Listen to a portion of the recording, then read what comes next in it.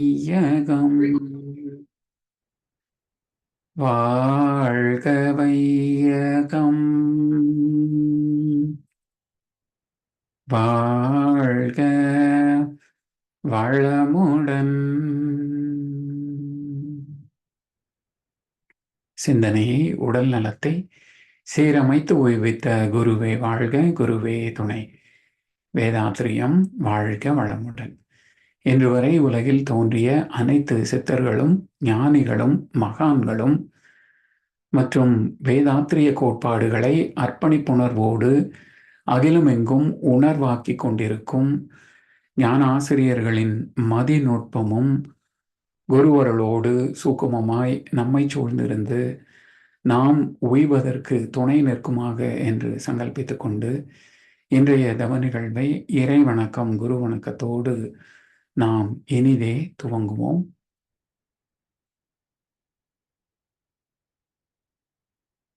இறை வணக்கம் பாட அருள்நிதி கார்த்திகேயன் ஐயா அவர்கள்.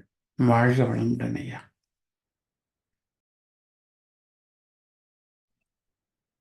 வாழ்க வையகம், வாழ்க வையகம், வாழ்க வளமுடன். குரு வாழ்க, குருவே துணை. இறை வணக்கம்.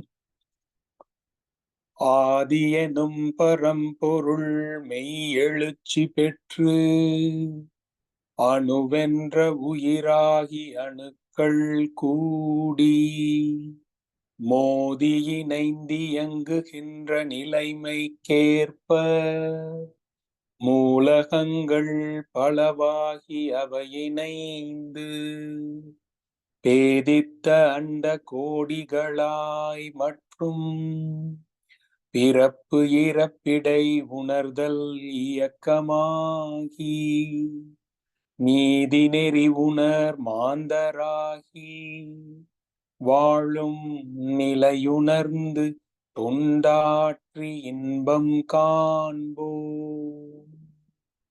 வாழ்க வளமுடன்.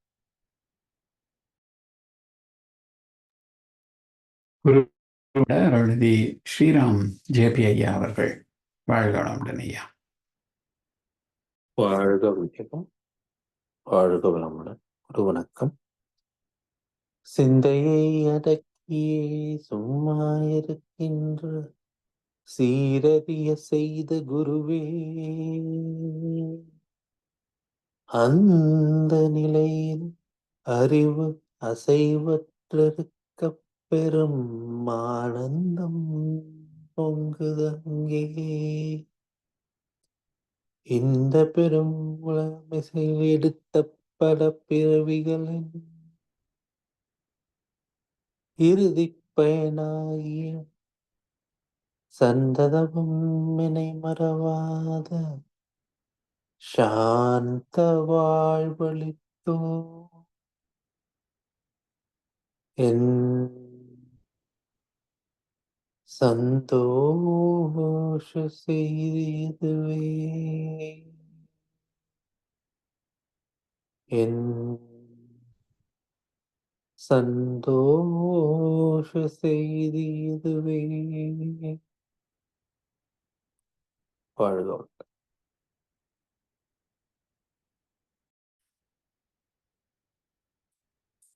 வாழ்க வையகம், வாழ்க வையகம், வாழ்க வளமுடன்.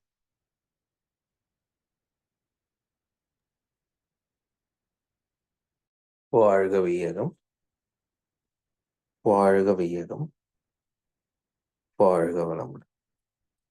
குரு வாழ்க, குருவே துணை. இன்று அருமையான 9 மையதவம் நடத்திய அருள்நெறி அருளையா அவர்களை வாழ்த்துவோம். அருள்நெறி அருளையா அவர்கள் வாழ்க வளமுடன். அவர்களின் அன்பு குடும்பம் வாழ்க வளமுடன். அவர்களின் உடல் நலம், பொருள் வளம், மனவளம் மற்றும் அவர்களின் ஆன்மீக தொண்டு வாழ்க வளமுடன். வாழ்க வளமுடன். வாழ்க வளம்.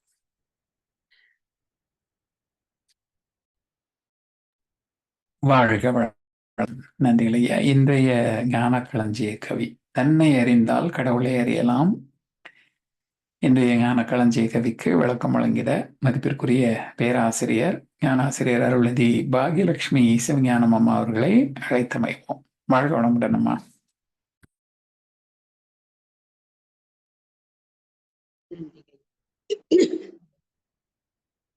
வாழ்க வையகம், வாழ்க வையகம், வாழ்க வளமுடன். உறுப்புகள் வாழ்க, குருவே துணை. சிந்தனையை உடல் நலத்தை சீரமைத்து உய்வித்த குருவே உண்மை, வாழ்க வளமுடன்.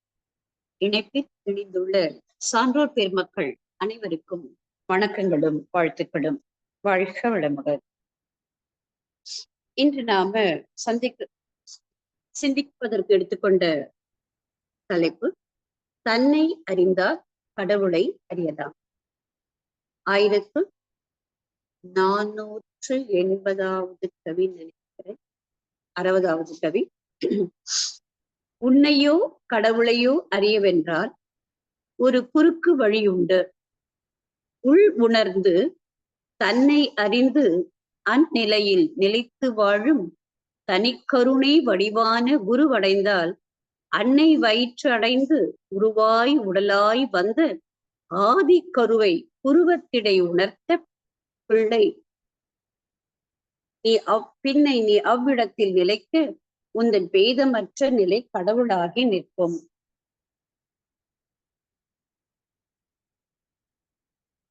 இந்த கவியை பார்க்கும் பொழுது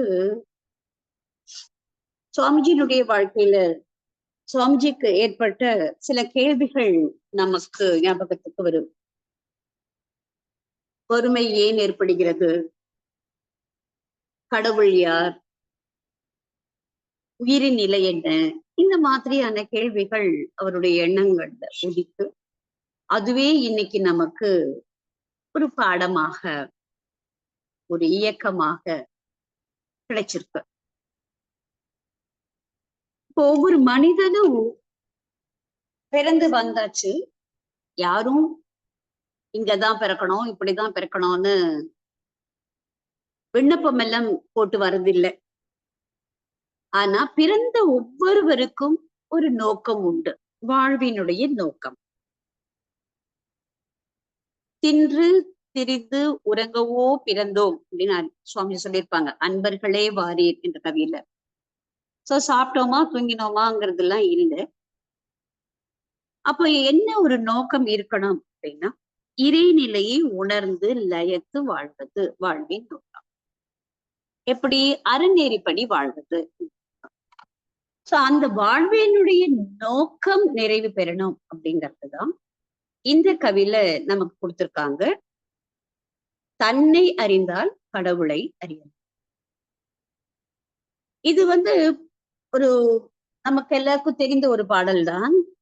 தன்னை அறிந்து இன்பமுற வெண்ணிலாவே ஒரு தந்திரம் நீ சொல்வாயோ வெண்ணிலாவே அப்படின்னு.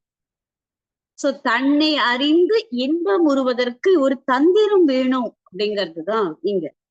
ஆனா அந்த தந்திரத்தையே இங்க சுவாமி ரொம்ப அழகா ஒரு குறுக்கு வழி உண்டு அப்படின்னு சொல்லிட்டாங்க. அது என்ன குறுக்கு வழி? ஒரு நல்ல குருவை அடைய வேண்டும். குரு அப்படிங்கும் போது இன்னைக்கு ஒரு சொற்பொழிவாக இருக்கட்டும், ஒரு உபன்யாசம், எது வேணாலும் இருக்கும். சில இதை தொடர்ந்து கேட்கும் பொழுது அவங்க நம்ம மனசுக்குள்ள பதிய ஆரம்பிச்சு அவங்கள நாம குருவாக ஏற்றுக்க ஆரம்பிப்போம். ஆனா அது எல்லாம் அவங்க முறைப்படி உணர்றாங்களா, உணர்ந்து அதன்படி நடக்கிறாங்களா, என்ன சொல்றாங்களோ அதை அவங்க செய்யறாங்களா அப்படிங்கிறது ஒரு முதல் கேள்வியாக இருக்கும். சுவாமிஜியே சொல்லுவாங்க, சும்மா உபதேசம் மட்டும் பண்ணிட்டு போனோம் அப்படின்னா அங்க இருக்கிறவங்களும் அந்த நிமிஷம் கேட்டுட்டு போயிடுவாங்க. நாம உணர்ந்து சொல்லும் பொழுதுதான் அது கேட்கிறவங்களுடைய மனசுலயும் உணர்ந்து லயக்க ஆரம்பிக்கும் அப்படின்னு. சோ அந்த மாதிரி ஒரு குரு நமக்கு வேணும். எப்படிப்பட்ட குரு வேணும்? உள் உணர்ந்து தன்னை அறிந்து அந்நிலையில் நிலைத்து வாழும். நிலைத்து இந்த நிமிஷம் ஒரு மாதிரி, அடுத்த நிமிஷம் ஒரு மாதிரிலாம் இல்ல 10 பேர் வந்தாக்க அவங்களுக்கு ஒரு மாதிரி, ஒரு பணம் படைத்தவர்கள் வந்த ஒரு மாதிரி எல்லாம் மாறிலாம் கிடையாது. எந்த ஒரு சூழ்நிலையிலும் நோய்வாய்ப்பட்டவர் வந்தாலும் சரி, நல்ல ஒரு நிலையில பதவியில இருக்கக்கூடிய ஒருவர் வந்தாலும் எல்லாருக்கும் ஒரே மாதிரி தான் எந்த சூழ்நிலையும் தன்னை மாற்றிக்கொள்ளாதவராக தன்னை அறிந்து அந்நிலையில் நிலைத்து வாழும் தனி கருணை வடிவான குருவடைந்தார். எல்லாருக்குமே கருணை வடிவத்துல தான் இருக்கணும். இதுல சுவாமிஜி கருணை வடிவானவர் அப்படிங்கிறதுக்கு நம்மளுடைய நிறைய உதாரணங்கள் இருக்கு. அப்படிப்பட்ட ஒரு குருவை அடைய வேண்டும். இதுல குரு அப்படிங்கிறவர் நாம தேடி கூட போகணும்னே சொல்ல மாட்டாங்க. என்னன்னா நமக்கு ஒரு நல்லது நடக்கணும் அப்படின்னு நினைச்சுண்டு நான் என்னை மாற்றிக்கொள்ள வேண்டும் எப்போ நாம முயற்சி எடுக்கிறோமோ அதற்கு தக்க ஆளை நமக்கு இரையாற்றல் நமக்கு கொண்டு கொடுத்துரும். இந்த ஆங்கிலத்துல ஒரு சேயிங் ஒண்ணு உண்டு, the teacher will appear when the student is ready to learn அப்படின்னு. ஸ்டூடெண்ட் ரெடியா இருந்தாங்கன்னா அதுக்கு தகுந்த ஒரு வாத்தியார அங்க அனுப்பிச்சுடுவாங்க. அப்படிதான் குரு நம்மளை தேடி வருவார், குரு உன்னை தேடி வருவார் அப்படின்னு சொல்றாங்க. ஆனா அந்த குரு எப்படியெல்லாம் இருப்பார் அப்படின்னா நமக்கு கந்தர் அனுபூதியில ஒரு அழகான ஒரு கவி உண்டு. உருவாய் அருவாய் உளதாய் இளதாய் மறுவாய் மலராய் மணியாய் ஒளியாய் கருவாய் உயிராய் கதியாய் விதியாய் குருவாய் வருவாய் அருள்வாய் குகனே. இவ்வளவு அழகா அந்த இறைவன் எப்படி வேணாலும் வரலாம், எந்த ரூபத்துலனாலும் வரலாம். அப்படிங்கும் பொழுது இறைவன் எப்படி வருவான் நமக்கு மகரிஷி சொல்லியிருக்காங்க. எப்படி சொல்லியிருக்காங்க? என்னை நான் அறிய வேண்ட இறைவா நீ என் குருவாய் வந்தாய்ன்னு ரொம்ப அழகா 2 வரியில அதை சுருக்கி சொல்லியிருப்பாங்க. அதே மாதிரி ஒரு நல்ல குருவை அடைந்தால் என்ன பண்றாங்க? அங்க சுவாமி கிட்ட போன உடனே அன்னை வயிற்றடைந்து உருவாய் உடலாய் ஆதி கருவை புருவத்திடை உணர்த்த அங்க ஆக்னிய தீட்சை கொடுத்துடுறாங்க. மூலாதாரத்துல இருக்கக்கூடிய அந்த அந்த உயிர் ஆற்றலை அப்படியே ஜீவகாந்த சக்தியோட இணைப்பினால முதுகுத்தண்டை வழியாக கொண்டு ஆகினையில புருவ மத்தியில நிறுத்தின உடனே என்ன நடக்கிறது? அங்க ஒரு விழிப்பு நிலை. ஆதி கருவை புருவத்திடை உணர்த்து பின்னணி அவ்விடத்தில் நிலைக்க, அந்த இடத்துல நிலைக்கணும். நேற்று தீட்சை எடுத்தாச்சு, அடுத்த வாரம் போய் சாந்தி எடுத்துக்கலாம்னு விட்டாலாம் கிடையாது. எப்பெல்லாம் முடியுமோ அப்பெல்லாம் தவம் செய்து செய்து செய்து எந்த ஒரு செயலும் செய்யும் பொழுதும் ஆகினிலேயே நினைவு வைத்து செய்ய. அதனாலதான் எந்த உணவை உண்டாலும் மனம் ஆகினிலேயே நிலைக்கட்டும் அப்படின்லாம் சொல்லிதான் நமக்கு தீட்சையே கொடுக்குறாங்க. எதை செஞ்சாலும் அந்த இடத்துலயே நினைவு வச்சு செய்யணும் அப்படின்னு. எந்த ஒரு ஓசையை கேட்டாலும் மனம் ஆகினிலேயே நிலைக்கட்டும் அப்படின்னு சொல்லி அது எதுக்காக சொல்லி சொல்லி கொடுக்குறாங்க? சதா சர்வ காலமும் அந்த புருவத்திடையே நீ நிலைக்க வேண்டும் அப்படிங்கறதுதான். சோ ஆதி கருவை புருவத்திடை உணர்த்தியாச்சு. எப்படி உணர்த்துறாங்க சுவாமிஜி நமக்கு? இந்த புருவத்திடை பூவிரலால் தொட்டு எந்த உயிர் உணர்த்தி இல்லையா? அந்த மாதிரி நம்மளோட உயிரை உணர்த்துவதற்காக ஆகின தீட்சை. அதுல நாம நிலைக்க பேதமற்ற நிலை. பேதமற்ற, இங்க எதுக்கும் பேதம் இல்லாம இருக்கணும். நான் வேற கடவுள் வேற அப்படிங்கிற அந்த எண்ணத்துல இருந்து மாறணும். நீ நான் என்றோம் பதமடைந்தோம் ஒன்றானோம் பரமானந்தம். ஜீவாத்மா வேறு பரமாத்மா வேறுங்கிற நிலையிலேருந்து மாறி துவைதத்துல இருந்து மாறி அத்வைதத்துக்கு வர வர வர பேதமற்ற நிலை உருவாக தன்னையே கடவுளாக உணரக்கூடிய தன்மை நமக்கு கிடைக்கும். சோ தன்னை அறிந்தால் கடவுளை அறியலாம். வேதமற்ற நிலை எப்பொழுது உருவாகிறதோ அப்போ இந்த ஜீவன் கடவுளாகி நிற்கும். உன்னையோ கடவுளை அறியவென்றால் ஒரு குறுக்கு வழி இருக்கு. அது வேறு ஒன்றும் இல்ல, நல்ல ஒரு குருவை அடைந்து ஆகினை தீட்சை பெற்றால் அதில் நிலைத்து நிற்க கடவுளை காணலாம் என்று கூறி நல்லதொரு வாய்ப்பினை நல்கி அனைவருக்கும் நன்றி கூறி நிறைவு செய்கிறேன். வாழ்க வளமுடன், வாழ்க வளமுடன், வாழ்க வளமுடன். வாழ்க வளமுடன். அருமையமான நன்றிகள். இன்றைய ஞான களஞ்சிய கவிக்கு சிறப்பாக விளக்கம் வழங்கிய ஞான ஆசிரியர், மதிப்பிற்குரிய பேராசிரியர் அருள்நிதி பாகியலட்சுமி சிவஞானம் அம்மா அவர்களும் அவர்தம் அன்பு குடும்பத்தினரும் அருட்பேராற்றல் கருணையினாலே உடல் நலம், நீளாயுள், நிறை செல்வம், உயர் புகழ், மெய்ஞானம் ஓங்கி வாழ்க வளமுடன், வாழ்க வளமுடன், வாழ்க வளமுடன்.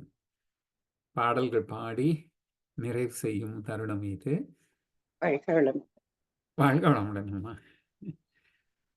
வேதாத்திரிய பாடல் பாட அருள்நிதி செந்தில்குமார் ஐயா அவர்களும், பிரம்மஞான கவி பாட அருள்நிதி கார்த்திகேயன் ஐயா அவர்களும், உலக நல வாழ்த்து பாட அருள்நிதி வாய்ப்பு இருந்தா பாடுங்கம்மா, இல்லைன்னா நம்ம ஸ்ரீராம் ஜெயதி ஐயா பாடுவாங்க. வாழ்க வளமுடன். வாழ்க வளமுடன். வேதாத்திரிய பாடல்.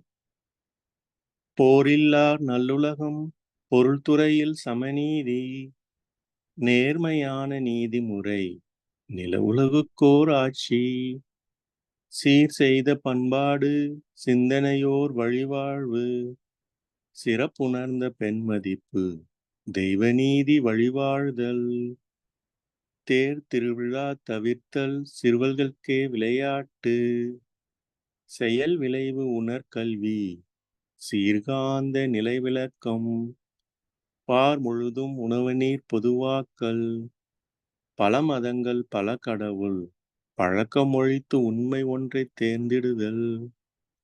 வாழ்க வளமுடன். பிரம்மஞான கவி. இறைவெளியே தன்னிருக்க சூழ்ந்தழுத்தும் மாற்றல், இதன் திணிவு மடிப்பு விழ சுழலும் நுண்விண்ணாம்,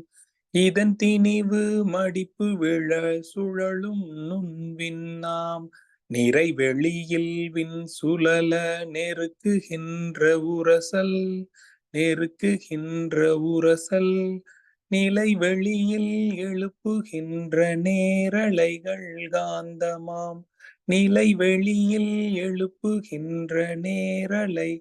காந்தமாம், மறை பொருளாம் காந்தம் தன்மாத்திரைகள் ஐவகை,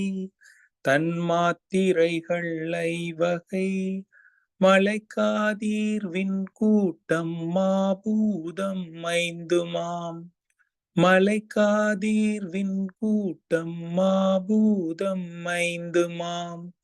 முறையாய காந்த அலை மனமாம் உயிருடல்களில், மதி உயர்ந்திவ் உண்மை பெற மாபிரம்ம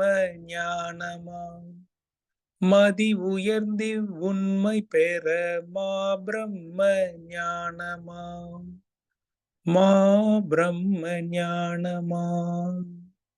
வாழ்க வளம்.